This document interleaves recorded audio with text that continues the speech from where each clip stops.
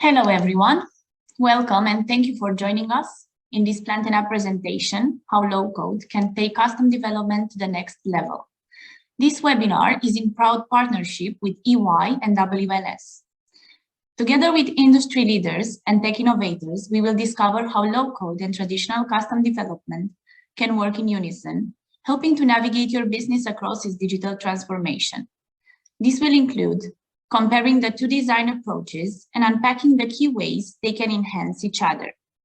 Along with our founder, Bogdan Licescu, we are very lucky to have with us a panel of digital leaders who we look forward to hearing from and will be introducing shortly. By the end of our webinar today, we hope you will be better informed about low-code, along with its relationship with custom development. Be sure to stay to the end for a quick but valuable Q&A session with our guest speakers, who will be answering your questions and sharing their expert knowledge. Today's world of software development is a melting pot of different tools and functionalities. There are more ways than ever to design applications, with some not even requiring code in a traditional sense. With this variation comes a certainty, though. Some observers may still see low-code and custom code as a dichotomy. Although low-code has established itself as an innovative way to rapidly create applications, business leaders and developers may have reservations regarding low-code's place alongside traditional development cycles. The purpose of this webinar is to explore the pros and cons of each option in isolation, and how they can combine to make development a more productive and agile experience. You can expect to learn more about low-code, find out when low-code and custom development work together, and how you can enhance low-code practices with traditional development. Not only that, but we will also examine how industries and their innovators have combined low-code and custom code to create solutions with real value. Ladies and gentlemen, please virtually welcome the founder and CEO of Plantain App, Bogdan Licescu. Thank you, Anca. Before we start this panel, I thought it's worth giving a bit of context. So just a couple of words about Plantain App. We are a low-code platform, one of the most sophisticated low-code platforms out there, because we combine very nicely the no-code, the low-code, and the full-code layers. Just to give you a perspective on what people build with Plantain App. Usually it's various systems, could be internal system, customer facing systems. So Anka, if you can jump to the next slide. But usually there are some drivers, and I guess with the help of the speakers today in the panel, we'll explore more about what drives the adoption of low-code, because sometimes, of course, it's about an internal need, to integrate systems or to build new capabilities. Other times, it's about the lack of workforce on the development side or even on the employee side, because nowadays all industry face the same shortage of employees. And of course, the better the software, the better the onboarding, the greater increase in employee retention. So many different use cases that I'm sure that we hear in more detail about them. But of course, this need for custom development arises when the off-the-shelf solutions are no longer sufficient because of, again, many reasons. Most of the time, it's because businesses need to differentiate to exist. So let's see a bit how custom development and low-code work together or replace each other in some circumstances. So here, I mean, it's just a representation. Of course, there's many different angles to look at it. But of course, with custom development, you have these long development cycles. Of course, it's being full code. It's full power, full customization power. And low code can add to that. So what we see in practice, we see many systems built with low code, and then certain capabilities handled through custom code. And in reality, in every organization that we see, it's usually a mix of existing SaaS solutions, some custom developed systems, and of course some new local systems that work each other. They integrate well with each other to produce the, let's say, the optimal architecture for supporting a business and scaling a business. So with this context being set, I would like to proceed to introduce you the speakers in this panel. So first we have Christian from Ernst & Young. So Christian, if you want to say a couple of words about yourself, about what Ernst & Young is doing with low-code. Sure, Lula, thank you so much, Bogdan, and thank you, Anka, for the introduction. Hi, everyone listening and looking at us. My name is Cristian Cărstoiu. I'm a partner within the consulting division of EY Romania. I'm a technologist at heart. I've started as a software developer and done many years of architecture, including years abroad in I think most of the continents but Australia. Right now, since I came back to Romania, I've joined a very dynamic and young team of developers and consultants within EY. And what attracted me a lot was the way they handle projects with platforms like Plantanak, platforms of low-code, no-code, or how it is these days. There are a number of fundamentals, and sorry, Bogdan. Actually, I'm not sure exactly. Should I speak right now about? No, we'll get the chance to. We'll get there. We'll get there. Okay, so I'll stop here. I've got another hat of innovation officer, and that's why you'll see that I'm pretty enthusiastic about in general emerging technologies and new technologies, and that's why I kind of jumped a bit about the line. Back to you. Yeah, thank you for accepting the invitation, Christian. Do we have Anne-Marie with us? Do you know?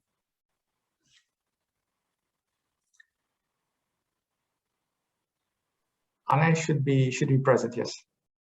Or at least I'm not in the same room with her, but maybe we can go to the next, and then we'll come back. Yep. So also with us we have Kula from WNS. Kula has recently adopted low-code, having their first project nearly live with low-code with Plantanak. So Kula, thank you for accepting the invitation. It would be great if you can tell us a couple of words about yourself. Thank you, Bogdan, and thank you for having me here. It's a pleasure to be part of the panel. And what better time than this time to discuss about low code when most of our companies are working towards end of the fiscal year tasks, trying to close down all the year's budget and all of that, when all of that could be automated with potentially the low code technologies, right? Hey, I'm Kula Srinivas Raghavan. I'm the director of product management within WNS Denali. WNS Denali is a leading provider of strategic procurement BPM services.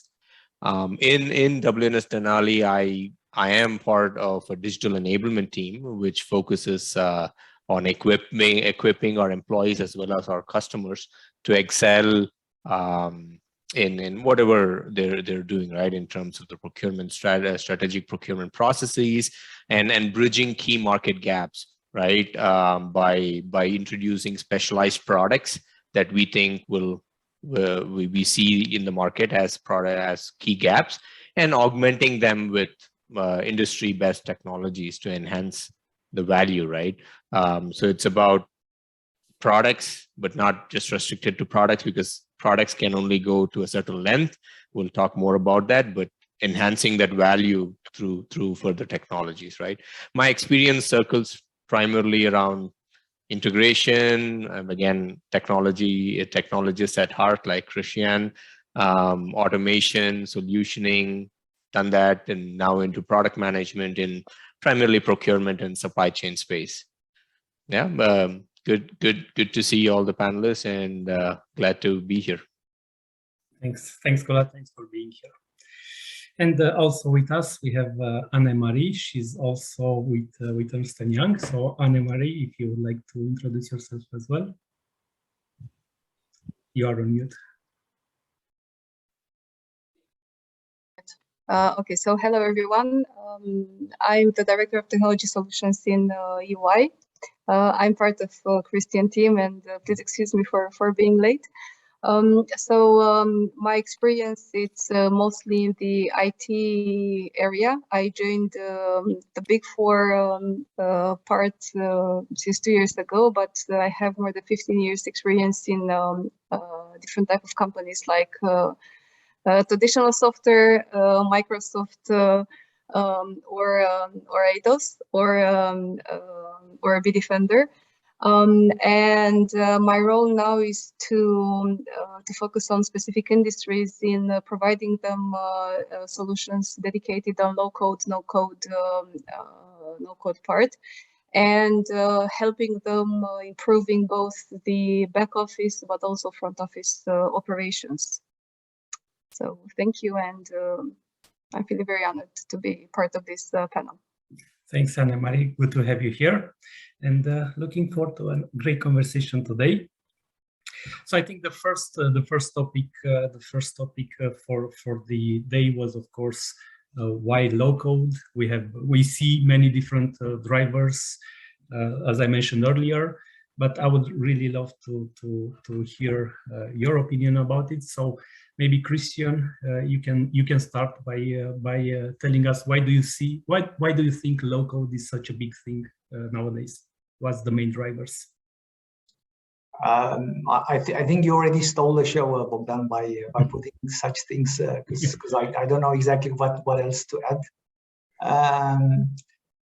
I mean, there are a couple of angles, right? I think to the points that you raised, and I particularly liked and resonated with the fact that there is no disjunct conversation between either custom development or low code, right? It's always a combination, and it's always been the case, with other major debates that we had over the last probably 8-10 years, right? With fintechs or banks. No, it's actually fintechs and banks. And the likes like that. The reality is quite stark. I mean, if we look at the IT talent, right, we're talking about the war for talent, and frankly speaking, since I joined the work army, it's been always this kind of a syntagm, right? The war for talent. Either we're lacking IT developers, either we're lacking data scientists, and so on and so forth. The reality is that the more technology we have in our lives, and this is, frankly speaking, a wave that we cannot stop, or we don't know how to stop at this point in time. We don't know if we should stop it, actually. There is going to be a need for more and more technologists. At the same time, given that there are numerous business requirements that are coming, and as well as there are changes, we also see a fairly high pressure right now on business knowledge as well. So the kind of workforce right now is being under immense strain from everyone, right? Businesses are erupting here and there. And the fact that we need to be very agile to such client requests, right? Such client expectations makes it very difficult to retain the traditional model of, the kind of waterfall type of delivery, whereby we have very clear specifications and then we go into delivery mode for another, 6, 9, maybe even more months. And then we launch it, and then we see how the client reacts. So right now we need this very simple type of DevOps applications, right? That we understand the use case, deliver it fast on the market, and also make sure that the whole maintenance of such requirements it's easy and can be adapted fast to the client feedback. Frankly speaking, I don't see at this point in time a better alternative than local platforms, because one is that they're easy to deploy. Second is that changing let's say, interfaces, or changing both user interfaces, but also backend interfaces, changing the process itself,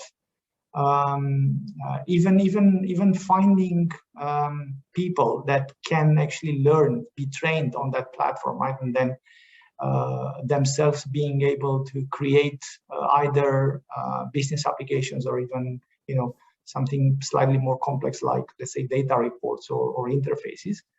All these things make, let's say, the low-code platforms an ideal supplement to the current, let's say, legacy, what we call the legacy infrastructure, the kind of the big core applications with lots of functionality that we see themselves adopting low-code, no-code within their own internal way of development, right? Mm-hmm. So all these are making big strides in the market. There is a push, and then again, right, there is even a let's say, a battle of survival for many companies to be able to respond fast to customer needs, either, by the way, either internal customers like employees, or external customers. So I just want to be very clear that, you know, there is a battle of retention as well. Employees, everyone is talking about this big resignation things that happening after COVID, right? So we need to make sure that we take care not only of our end clients, but also our employees. And internally, we've been deploying lots of use cases, both using, you know, for 4 or 5 years, the RPA technology. I'm glad to see the kind of code from UiPath over there. And also the kind of slightly more complex processes involving business change. So all in all, you know, there is a big differentiator that I see in using also low-code, no-code when things need to be changed fast, or be brought on track. And also one last thing, right? And I apologize if I speak too long. It's the customer experience. And I think it's an important aspect besides the kind of you know, operating cost and the likes.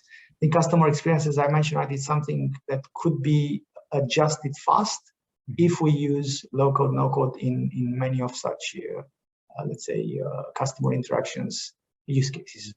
Thank you. Cool. I'm very interested to hear also. So, of course, you are on the system integrator side. I'm also interested to hear from Kula why was low-code a choice for you? Because I know that maybe you looked at custom developing these systems and so on. What made the difference for you? What was the trigger? Yeah, absolutely. I think the points that Christian brought up are excellent, right? Before I jump on to why I chose low-code, I think Christian brought out an interesting point of knowledge, right? And that probably is underrated in terms of talent management, because when we all are in the same wagon of attrition, right? So we're losing people. We're constantly in the race of getting more people, getting right in that churn, right? In that churn, what is critical is the continuity of knowledge, right? And when you digitize things, right? When you digitize the process, when you bring out digital products that can be that can supplement that knowledge transition from one person to another person becomes extremely easy, right? And it's like 70 to 80% of it is taken care of, right? And so that is a very interesting point, which I think is we're living that, right? As a BPM company, where we know that bringing this digital tool will help us bring continuity, right? Even though we're short of resources, we will still bring in continuity. But coming to your point, I think I being on the product management side, I think one of the key things that we were looking at is rapid prototyping, and I think you brought up that point in the slide that you showed, right? Everybody wants to be fast, right? Everybody wants to deliver, everybody wants to scale, and everybody wants to show that, hey, we're moving fast, right? And a key part of that is rapid prototyping, right? The discovery part in the product management has to move into the execution part as quickly as possible, right? And most of the times, you end up saying, okay, we've discovered or we've identified the problem where we want to build some products.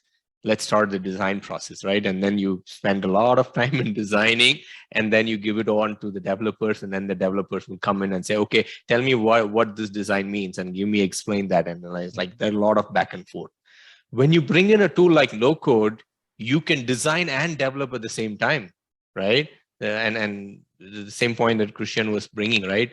Why do we have to follow a waterfall model, right? Agile, you build as you design, you build it and show it to the end user or the customer. If they have feedback, take the feedbacks and do the sprints again, right? And so from that angle, I think our choice of going to a low code technology was natural, I would say, right? Because the amount of time we would invest in building the product from ground up, where we will probably be doing catch up only, right? Where as simple things as workflow, right? Most of the products these days need a inbuilt workflow tool, right? And so we'll probably end up building the workflow management and integration and all of that, which is all needed, but those are all catch up, right? What you accomplish on top of that is what is the real product. Just building a workflow management tool is not going to accomplish what you want, right? You want to build something on top of it, which is potentially domain led, which is specific to a domain or specific to an industry, and you bring value to it, right? And so that we get to from zero to that value much faster with low code. I think that's primarily been our driver towards adopting a low code technology. Thanks, Kula. I'm wondering, Anne-Marie, because I know that customers like Kula didn't came to us telling, "Oh, I need low code." Kula came to us having a problem, and he found out that low code is the solution to that problem. How do you see this decision being made by people? Is their decision to use low code, or is a lot of education to adopt low code? Okay, so I'm coming from an age when the traditional software was the base for the enterprise client, and now they're migrating, regardless the industry, also to embrace the low-code platforms, no-code platforms. And what I will add on what Kula and also Christian mentioned is that for me, as benefits, I will see the multiple experience. And the fact that if you are able to provide to enable your client to interact with your business in his own way, this is somehow the main benefit that I can see from low code. And I'm referring both to enterprises from energy, from public sector, from FSI industry. And this translates into the fact that, low code provides rapid prototyping. Low codes provide chatbots, for example. Low code covers predefined, pre-built templates. This means that whatever the interaction your client has it with your business, regardless the channels, regardless the engagement, he is no longer in the position to relearn things or to duplicate steps. Yes, specifically for each of the engagements that he has with you. So for me, this is very important. Also, another benefit is coming from the fact that you can be more effective in terms of risk management and governance, because we have a lot of fast changes in the regulation part, and with low code, you are now more able to be aligned with the requirements, to respond in time with the regulatory requirements, and also to be ahead of your deadlines. This is also very important because in the past you needed time to adapt to new regulation, new requirements. And in terms of education, well, working also with the public sector, I can see more and more the openness of public sector institution for that citizen developer definition. And the fact that with the limitations imposed by the law, more and more citizens with different types of level of knowledge in terms of technology are more willing to help to build, smart cities, smart public local authorities in order to enable their daily interaction with public institutions. And low code provides this type of enablement and this type of functionalities and benefits. Mm-hmm. But is this something that you see the trend now is this kind of organizations, they already know about low code and they come to you, we need a local solution to fix our problem? Or do you feel it's more like educating them into what the solution might be to solve what you just said? So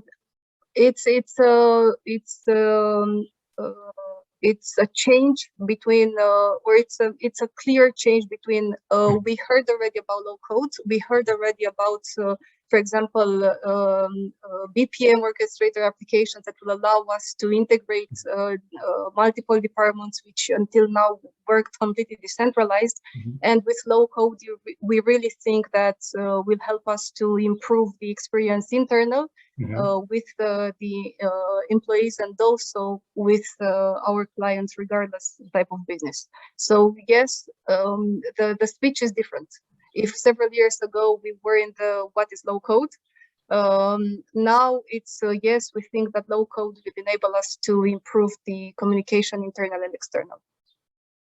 Cool, thank you. Maybe moving to the second topic, which is the experience of adopting low code for new organizations. Of course, it requires a different mindset. It requires to think differently about how you solve the problem, adjust your expectation, because yes, things move at a different pace. We've seen companies that try to do low code using the traditional development processes, and they failed miserably. So Kula, since this experience is very new for you, I would like you to share what's the experience been at WNS with the first stages of adopting low code. Sure. Yeah, so I'm part of the WNS Denali, which is a larger WNS group, right? But WNS has been, over the years, investing strategically on hyper-automation to primarily automate a lot of adoption of process automation and drive digital transformation overall, right? I think we are in a very sweet spot, especially the BPM players like us, where we can combine the domain expertise with a low-code technology to optimize the complete process for scalability and sustainability, right? So it's like cutting down on business analyst and the developer, and putting and giving the product in the hands of citizens or developers, like we call it, to bring in more process optimization and things like that. But I think specifically from my group standpoint, I think what we've done is we've tried to build products that we could bring out to bridge key gaps within our domain and implement that for the customer, right? And within Denali, there's a huge emphasis to go digital, and I think that is primarily the biggest driving factor. The management has to bless, right, or has to push, give the drive to say that yes, we need to go digital. You need to bring in automation, optimize it, and things like that. But then the technology itself should also be easy enough for people to understand, right? And so for that, I think there's definitely a need for some kind of a hand-holding, right? Where you have the core team who knows in and out of the low-code technology that we're trying to adopt and is able to do strategic projects within different accounts to help others learn the tool. Right. And I think that will probably drive the adoption. From our standpoint, I think we've built tools that will bring different data together and give it to a particular user with specific use cases. And we think that's a huge differentiator, right? And we've seen a lot of interest in our market as well as our internal customers to adopt that, right? And so the adoption from my angle is not just for our employees, but also from a customer standpoint. So any customer who wants to buy the product that we've built on top of that low code, they're adopting it, right? So that's how I see adoption, right? So there's definitely the management push needed, but also the battery power to get the accounts start to use low code, I think. Yeah, makes perfect sense. And I think with your team, of course, the adoption, I think it was strategic. It was assumed what low code is, what's the benefits. We see these two ways in which organizations adopt low code. Either it's shadow IT, so teams start using it in a department without IT ever knowing about it. But now we also see this trend, or CIOs adopt low code as a strategic tool for the entire organization. So, Christian, I was wondering, how do you see adoption happening with the customers that you work with? I think both Kula and Anne already touched upon it, right? I mean, I think there is a right time right now for adoption, right? For any technology to be adopted, it requires the famous Gardner curve, right? And from that point of view, there are a number of factors that have contributed to an increased adoption in the last probably 2 to 3 years. One is that there were major investments that were being done in the platform, right? So with the available, let's say, money from the quantitative easing globally, right? There's been quite a lot of the money that was poured in technology, local platforms included. This is one. Second is with such rising interest from the investors, right? There is always the kind of interest that is coming from the end client. And from that perspective, most of the clients have started like they've used, for example, RPA probably 6 years back, 5, 6 years back, to actually start experimenting. So most of the clients that we see right now adopting a kind of a more mature type of deployments have actually started 2 to 3 years back, right? So there's been let's say a learning curve within the organization itself. There's been a learning curve within the business, and frankly speaking, there are lots of the mature companies, mature clients that were also in a kind of an expectation mode to see whether the platform is still live in a few years' time.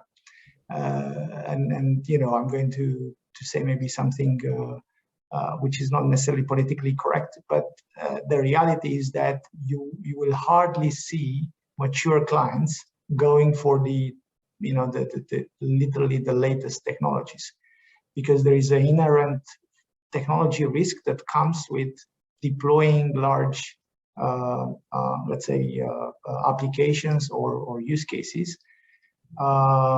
If, for example, that technology is not being supported anymore, or if there are certain bugs, or if there are insecurity.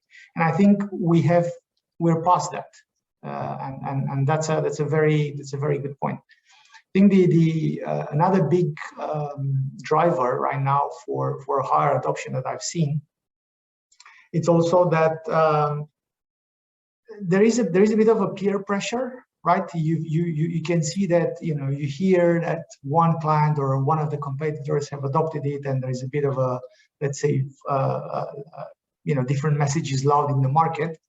Then you want to rush, and you know, as much as I don't necessarily like this approach, it's a fact, and it clearly helps the traction of local platforms and in general the local technology to have such hypes.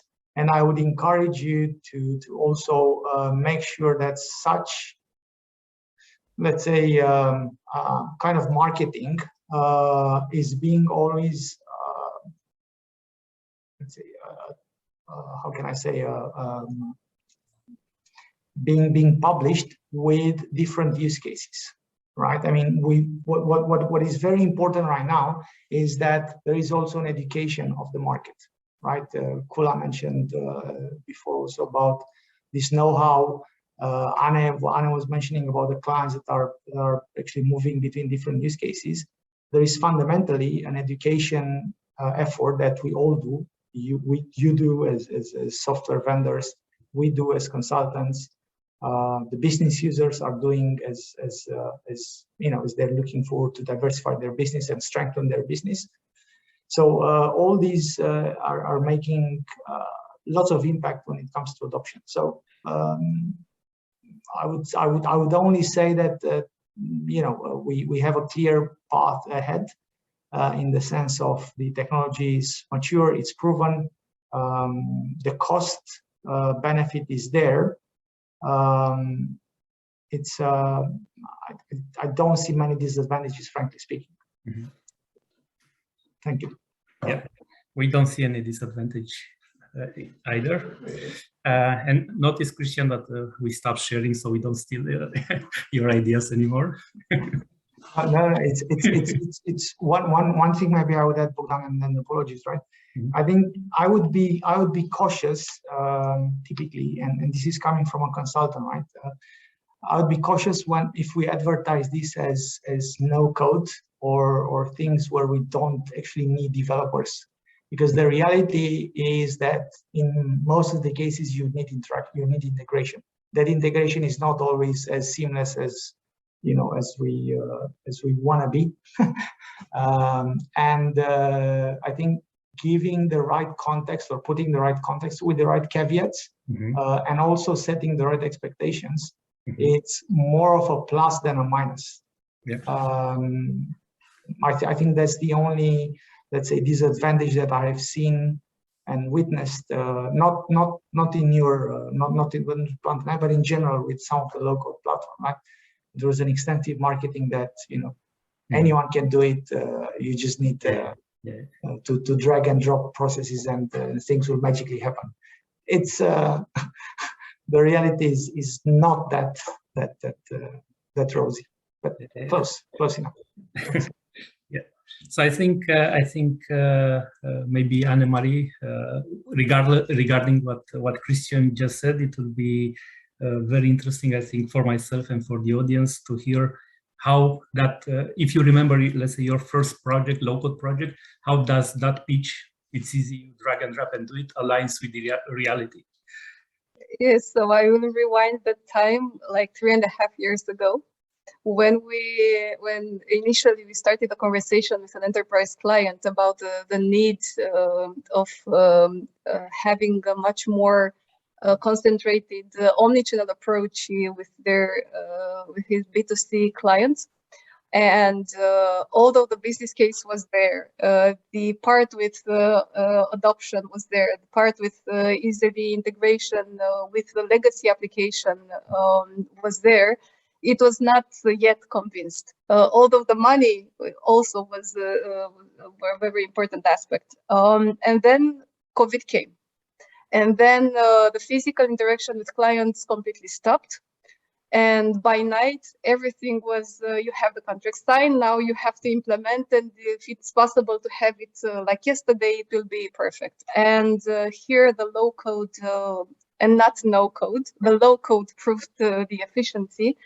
And we managed to implement very quickly this process for the customer, for the client to be able to continue his business in the relation with his clients, and also to create new business, which was somehow the main drop down from the COVID part, because the usual way for the clients to interact with it was in a physical way. So we were moving completely, or the majority of the interaction, online.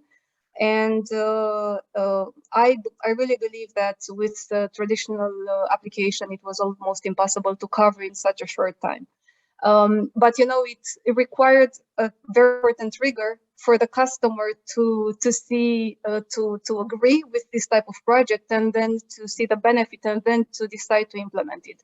And now, you know, the pleasure is coming more and more because they're seeing the benefits. So I'm very easily able to do the integrations with the core applications. I can involve much the end client in my interaction with me as an enterprise customer, and I'm transferring to that client with a minimum investment of time. You know, some of the interactions that until now were only possible to be done by the enterprise customer. And starting from this, we ended up with some major projects in some major industries where probably low code several years ago was a no-go, completely no-go. And what we are doing with this low code means that we are covering both the processes side, and with the consultancy at the table, I'm really able to redefine how the organization is changing the interaction internally and externally with the clients. Now I'm bringing the low code on, optimizing and automating the steps that the employees are doing, and I'm reducing a lot the manual workload for that employees. And I'm also bringing the low code in the front end part in the interaction with the clients.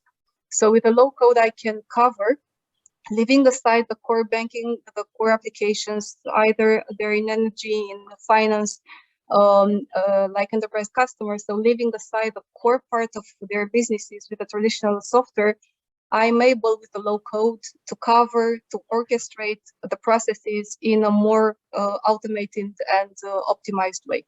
So this is the experience. Mm-hmm. Again, I like a lot to implement, traditional software solutions, but the agility and the speed and the fact that if you're a company who wants to start to internalize IT operations, for example, or wants to internalize the development of some processes, the low code also can allow you to do this. I guess this takes us to the last topic of this panel. So after adoption, of course, now there is know-how in the company. There is belief that low code can do what it promises to do, or at least the big part of it.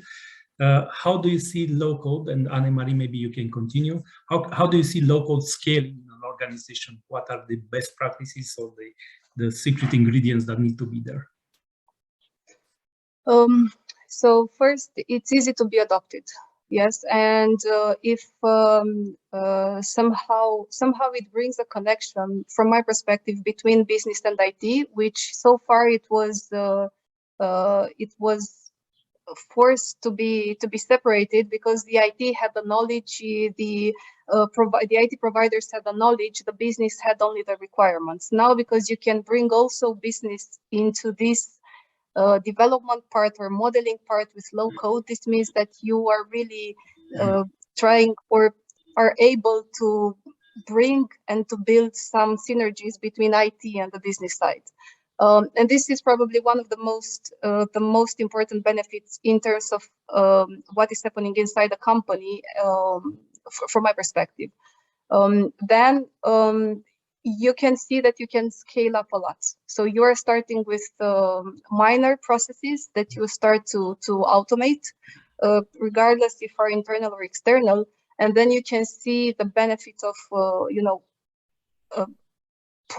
creating around the core business application, the low code that will allow you to be more effective. Regardless if you are speaking about the HR department, about the finance department, about the legal department, you have the low code which enables you to be really effective compared with how you were delivering your daily activities until now. Yes, I think you raised a very interesting point, and I would like to hear more from Christian, because I know, like, you talk about many different departments and use cases, but of course, is it one platform that does it all, or do companies do adopt more local platforms? Like Gartner predicts that organization will be using at least 4 different platforms in a couple of years. So, and I know UI works with quite a few different local platforms. So, what is your advice or your perspective on working with multiple vendors, Christian? I think most of the companies that we've worked for, right, large or medium sized, they use in general different solutions. I mean, solutions from different vendors. Sorry. So there is no single preference into, you know, either even large, let's say, software providers like the likes of, I don't know, Microsoft, Oracle, IBM, and so on and so forth. And similarly, I don't see necessarily a kind of a single vendor, supra vendor in terms of the low platform in most of the clients. Reasons for that are multi-wise. You could say, for example, you want to avoid to be vendor locked. You also want to avoid, for example, to have a certain set of knowledge or let's say the need for business as well as technical know-how from a single company that would then potentially squeeze your margins. So from that perspective, I see that most of the firms are actually open to more local platforms. The reality shows also that the way we penetrate these accounts, right, in the sense of getting different projects, is actually by the line of business. So you are actually talking a use case with HR, you're talking another use case with the finance, you're talking another use case with IT, and so on and so forth, right? The retail and so on and so forth. So there are different, let's say, decisions maker at the client side that get comfortable with the platform. And then naturally, when they want to extend upon a, let's say, assuming a happy experience, they will probably go with the same platform, right? And then, for example, in Romania, right, there are a number of platforms. In US, there are many more players. And in large accounts, like you take oil and gas or banks or telecom and other, right, they're so big that you'll always have such vendors, be it low-code or traditional software, mushrooming the account.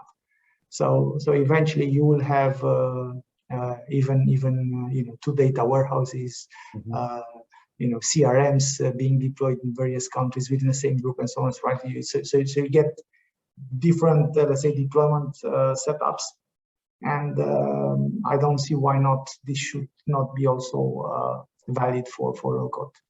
So in smaller accounts, I would say they can go with single platform, because then the cost of licensing becomes prohibitive, or it doesn't make sense from a business case perspective.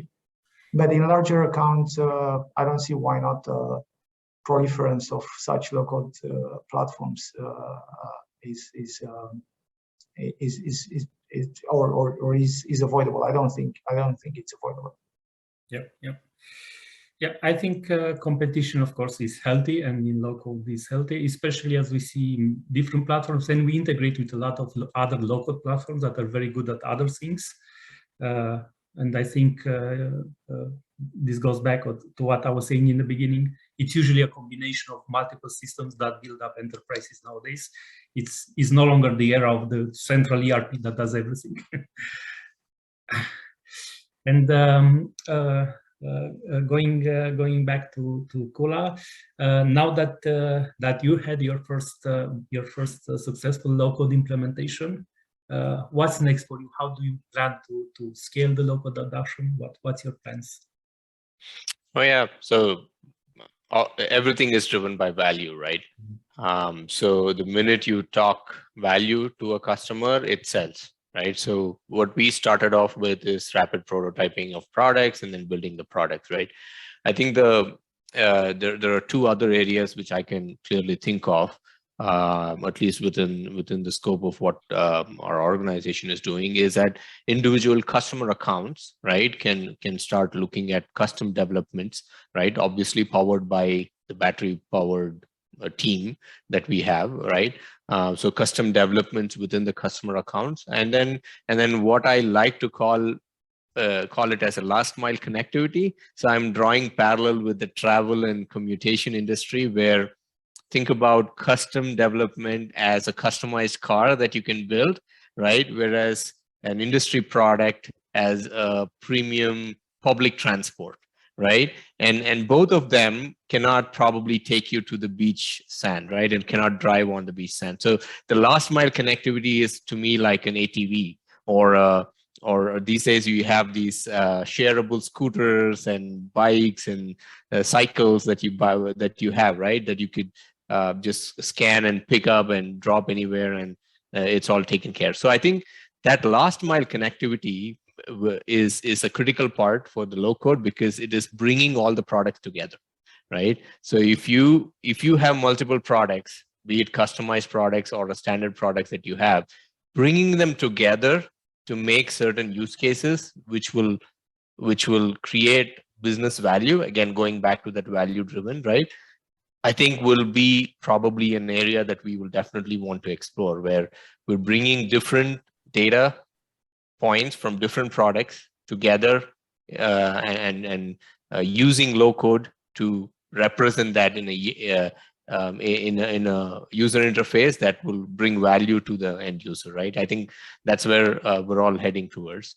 And of course, as you rightly said, Bogdan, the competition is in different flavors of it, right? So I know a company that does data migration for ETL, right, for data warehouses, from the legacy data warehouses to the newer data warehouses through low code or no code, right? So they advertise saying that, hey, you can use our tool to really migrate your data. 80% of the data can be migrated pretty much in a week's time, right? So yeah, I mean, there are different use cases in the market, but from my standpoint, I think product building, which we have already started, custom development, and then the last mile connectivity, where the user wants to do something in addition to what the product already provides, but the product does not offer that customization layer.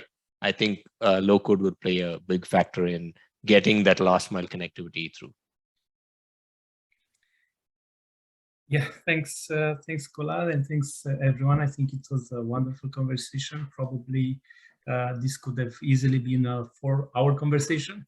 It felt a bit fast forward, but I think it was very, very good insights. We still have a couple of minutes for the Q&A if there are any questions.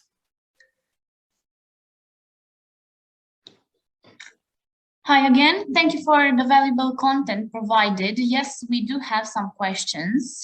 I will start with the first one. How does Plant an App work with my custom code / custom app? How does it work in what sense? How does it work to extend it with custom code? I guess is the question. I'm assuming, yeah. Yes. So usually, and low code advertises this a lot, and everyone here, feel free to correct me if you have additional thoughts.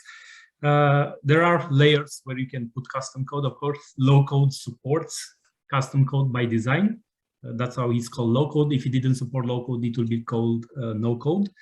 But even for the low code platforms, there are layers, because we see these platforms that maybe the more legacy platforms, whereas where you have to go to professional developers to actually do the low code piece.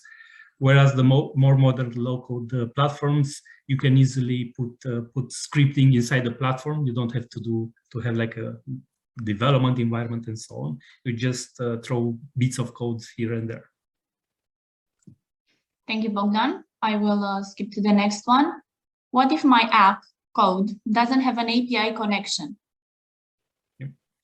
So maybe Cristiano or Annemarie, knowing your RPA experience, I think this one might be easily answered by you. Sure, I can take that. So in case the app, let's say the custom developed app doesn't have an API, there are a number of ways to actually do it, right? One is that you extract the APIs, and this is very, very much the approach that we see with a number of the legacy systems at our clients, essentially stripping out the functionality one by one from the legacy systems, exposing them via different APIs, and leaving, in many cases, let's say the app, the former app, as purely as a database, right? So as a let's say residual or recipient of the data of the transactions that you can then query. You can create, let's say, historical reports, and then in time, if needed, you can either migrate the data to the new type of applications, or just literally let it die naturally, right, by natural causes. So it's a matter of really of working with the application. The other point, obviously, the other extreme is to let's say purchase another one, right? But obviously a scaled back version, either from a data perspective or purely from a kind of a certain back office type of functionality, and then integrate it to the local no-code. Another way to do it is to start engaging with some of the let's say inputs or outputs that your custom application has. But you know, if the case is extreme completely, and then it's literally like a black box, I would say probably the best way to do it is migrate the data and start fresh. Mm-hmm. Cool. And if I may, I will continue based on the question and also the first example provided by Christy with a very you know, practical example. So, and making also the connection with being able to respond to requirements, legal requirements imposed by the regulator. So we have SAFTI, for example, and SAFTI means, yes, the file that needs to be submitted by enterprise customers to ANAF with multiple financial, accounting, and fixed assets information. Mostly 90% of these data are included in ERP system, legacy systems, old systems, and the majority of them, they don't have APIs. So this is a very pure example where you can use a low-code application to extract the data to legacy application that are not allowing you to connect via APIs. Thanks for stepping in, Anne-Marie. Bogdan, I think there's one point that I'd like to make, which I think we've used, right? At least from WNS Denali standpoint, I think the power of Plantinab is to be capable of deploying it within your premise, right? Within your cloud. And that means that you're bringing the entire low-code technology into your own network. And you can definitely write functions, you can definitely write calls, procedures to really get the data. And then low-code, no-code takes over from there, right? Once you've got the data, right? I mean, in addition to what Christian mentioned, right? The database connectivity. I think we're taking multiple approaches like that without having the application to expose APIs. Yep. Thanks for the comments, Kula. We are just about done anyway. We are 1 minute over. And I guess what we just heard in the last minute, it's the beautiful world of low-code, because you saw just a simple question raise so many different solutions and interesting conversations. And I think that's what we hear over and over from people that use low-code. It opens up possibilities, right? It encourages people to be more creative in finding solutions, while low-code takes care of course, of doing the technology part. So thank you all for being here. Thank you, Kula, Anne-Marie, and Christian for accepting to be part of this panel. Thank you all for taking 1 hour of your time, and I hope this was as interesting for you as it was for me. And feel free to reach out to us to speak with us, to speak with any of the speakers here. We'd be glad to make the introductions. And looking forward to see you next time. Thank you.